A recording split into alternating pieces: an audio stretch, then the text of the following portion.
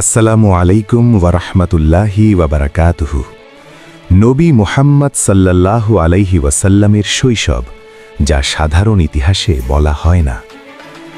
ভাবুন তো, একটি শিশু যে জন্মের আগেই তার বাবাকে হারিয়েছে, 6 বছর বয়সে হারিয়েছে মাকেও, অথচ সেই শিশুর জীবনই একদিন পুরো মানবজাতির নৈতিক মানচিত্র বদলে দেবে।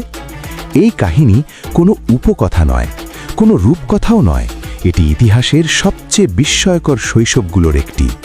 সেই শিশুই ছিলেন মুহাম্মদ ইবনে আবদুল্লাহ। 570 খ্রিস্টাব্দে মক্কার উত্তপ্ত বালুর মাঝে তার জন্ম।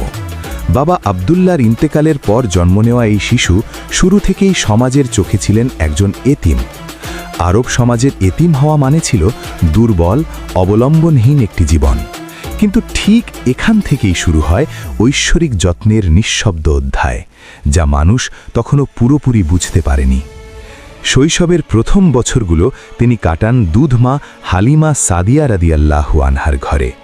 মুহাম্মদ সাল্লাল্লাহু আলাইহি ওয়াসাল্লাম যখন হালিমার ঘরে আসেন, তখন সেই পরিবার দারিদ্র্যে জর্জরিত।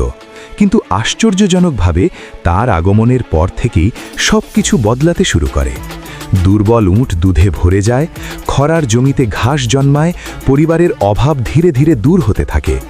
হালিমা রাদিয়াল্লাহু আনহা নিজেই বলেছিলেন, এই শিশু অন্য সবার মতো নয়, তার সঙ্গে যেন অদৃশ্য কোনো রহমত চলাফেরা করে। এরপর আসে আরেকটি গভীর বেদনার অধ্যায়। 6 বছর বয়সে মা আমিনা রাদিয়াল্লাহু আনহাকে হারিয়ে মুহাম্মদ সাল্লাল্লাহু আলাইহি ওয়াসাল্লাম সম্পূর্ণ অনাথ হয়ে পড়েন। আজকের দৃষ্টিতে বললে এমন ট্রমা একজন শিশুর মনোবিকাশকে ভেঙে দিতে পারে, কিন্তু ইতিহাস বলে এই ক্ষতই তার হৃদয়কে আরও কোমল, আরও মানবিক করে তুলেছিল। ঠিক তখনই তার জীবনে ছায়ার মতো আশ্রয় হয়ে দাঁড়ান দাদা আব্দুল মুত্তালিব, মক্কার সবচেয়ে সম্মানিত নেতা, কাবার রক্ষক, যার সামনে পুরো কুরাইশ গোত্র মাথা নত করত। সেই মহান ব্যক্তি তার নাতিকে শুধু ঘরে তোলেননি, বরং নিজের হৃদয়ের সবচেয়ে কাছের স্থানে বসিয়েছিলেন। কাবার পাশে আব্দুল মুত্তালিবের জন্য একটি নির্দিষ্ট আসন ছিল, যেখানে তার অনুমতি ছাড়া কেউ বসতে সাহস করত না। বরং ছোট মুহাম্মদ সাল্লাল্লাহু আলাইহি ওয়াসাল্লাম সেখানে বসলে তিনি কাউকে বাধা দিতেন না, বরং হাসি মুখে বলতেন, ওকে ছেড়ে দাও, আমার এই নাতির ভবিষ্যৎ আলাদা। এই কথাগুলো কোনো সাধারণ স্নেহ নয়, যেন ভবিষ্যতের আভাস বহন করত।